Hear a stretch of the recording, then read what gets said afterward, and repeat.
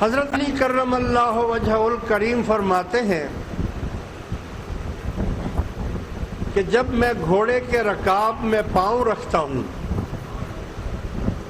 اور پیر الٹا کر دوسرے رکاب میں پاؤں رکھتا ہوں تو میں قرآن کریم پورا پڑھ لیتا ہوں۔ کیا راز ہے یہ؟ اتنی دیر میں تو ایک آیت بھی نہیں پڑھی جا سکتی، اتنی دیر میں تو ایک آیت بھی نہیں پڑھی جا سکتی۔ یہ کون سا راز ہے، کون سا علم ہے؟ حضرت سلطان باہو رحمت اللہ علیہ سے کسی نے پوچھا کہ حضرت اصل فقیر کس کو کہتے ہیں؟ فقیر کون ہے؟ فرمایا فقیر اس کو کہتے ہیں جو ایک سانس میں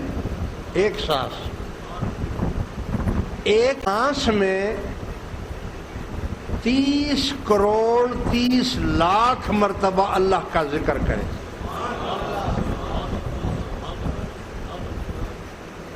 وہی حضرت علی والی بات یہاں بھی آ گئی۔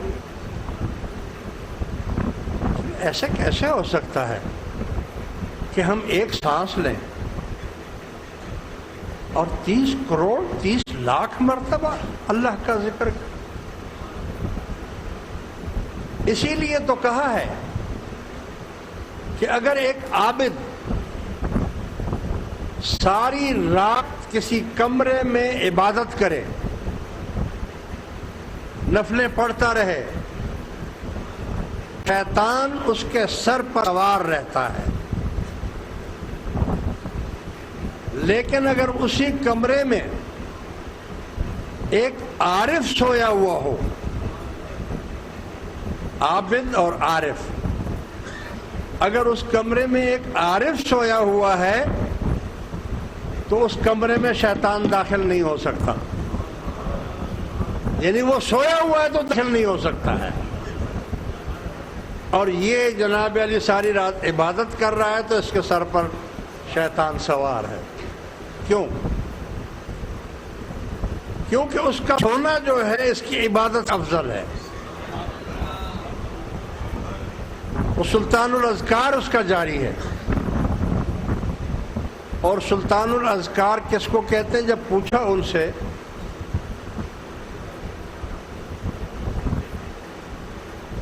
کہ اتنا ذکر ایک سانس میں کیسے ہو سکتا ہے، تو آپ نے فرمایا کہ انسان کے جسم پر 30 کروڑ 30 لاکھ بال اور رواں ہوتا ہے، بال جو ہیں اور رواں ہوتا ہے۔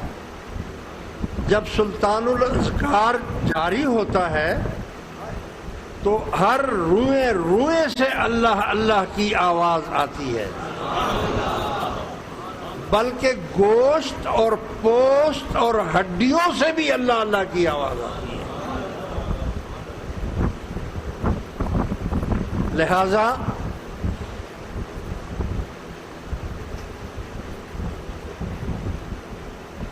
ان تمام کا مقصد ایک تو بڑے سے بڑی بات یہ ہے کہ ان تمام اذکار کا مقصد جو ہے وہ اللہ تک پہنچنا ہے، اللہ کے رسول تک پہنچنا ہے۔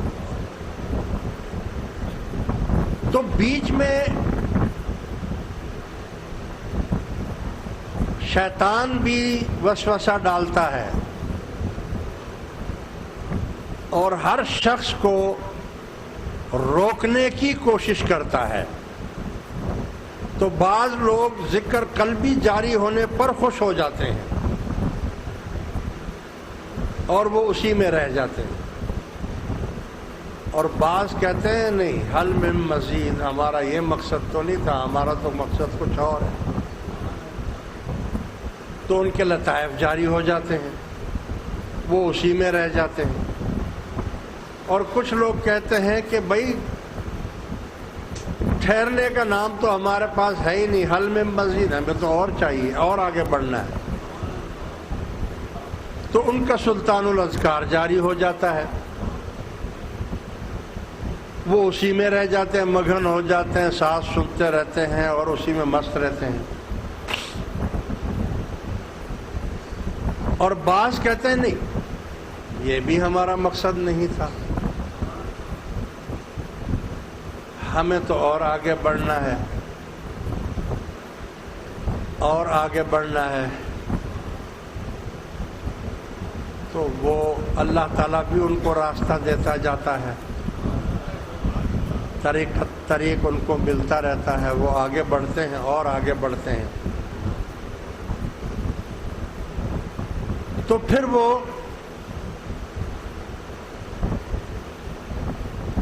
کہتے ہیں پردہ تو ہٹا دو،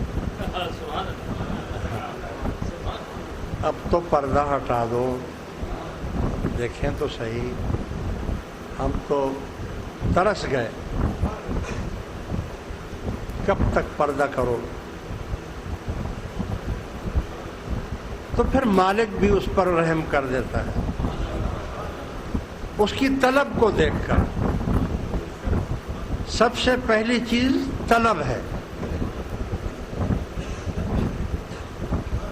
کیونکہ جس میں طلب ہی نہیں ہے وہ انسان ہی نہیں ہے، وہ حیوان ہے۔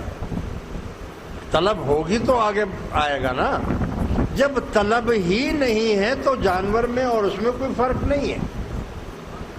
طلب ہوگی تو چائے پی لیں گے، طلب ہوگی تو پان کھا لیں گے، طلب ہوگی تو سگریٹ پی لیں گے، طلب ہوگی تو پانی پی لیں گے، شربت پی لیں گے۔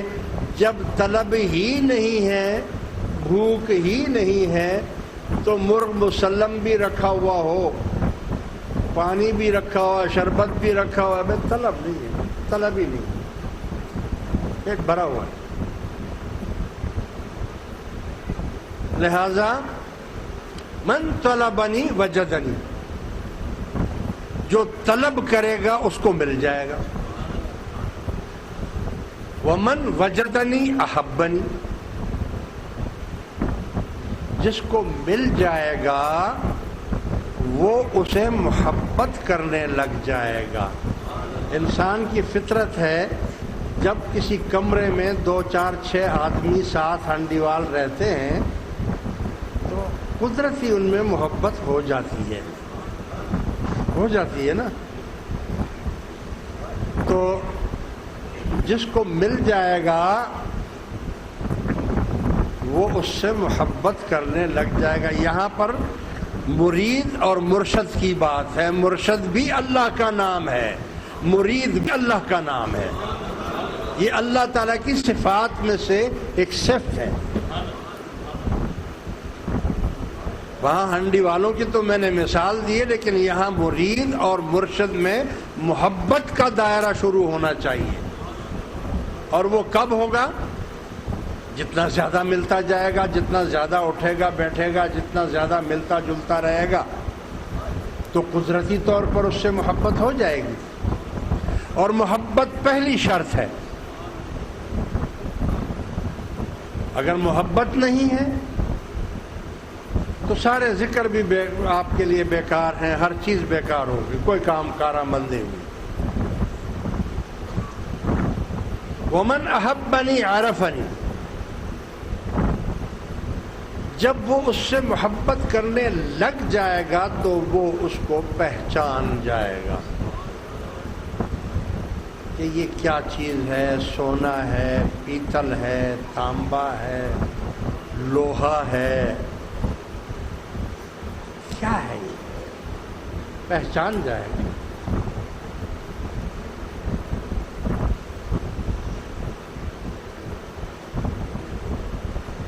آج کل لوگ کہتے ہیں مجھے فلاں پیر فلاں کرامت دکھا دے تو میں اس کا مرید بن جاؤں گا۔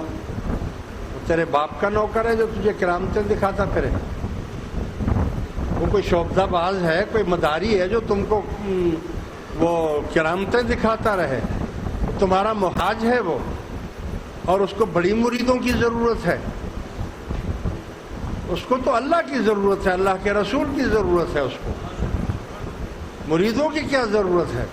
مرید کو ضرورت ہوتی ہے، پیر کو ضرورت نہیں ہوتی ہے۔